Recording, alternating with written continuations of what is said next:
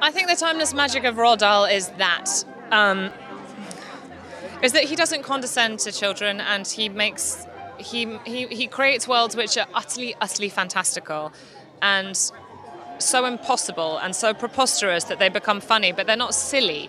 You know, they're often rooted in something dark and something real and something frightening. And the combination of those two things, I think, is irresistible to children and not patronizing to children, and makes them feel that they get the jokes as much as the grown-ups. What's at the heart of this story is the relationship between the BFG and Sophie. Can you talk a little bit about Ruby and Mark and the extraordinary chemistry they seem to have? Well, when I showed up to shoot the Buckingham Palace stuff, they'd already been shooting for 3 months, by which time they'd become very good friends, and it was very moving to see, actually. They'd have a genuine friendship, and I think that comes across on the screen.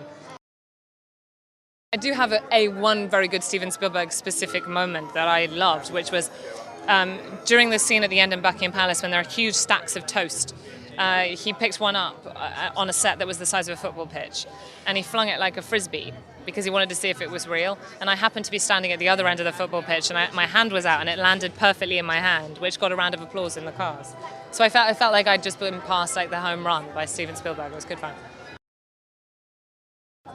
Very unusual, eccentric, funny story that is very difficult to explain because you can't quite. It's very extreme imagination, and it's very fantastical, and it's full of spectacle, and it's fun. It's a lot of fun.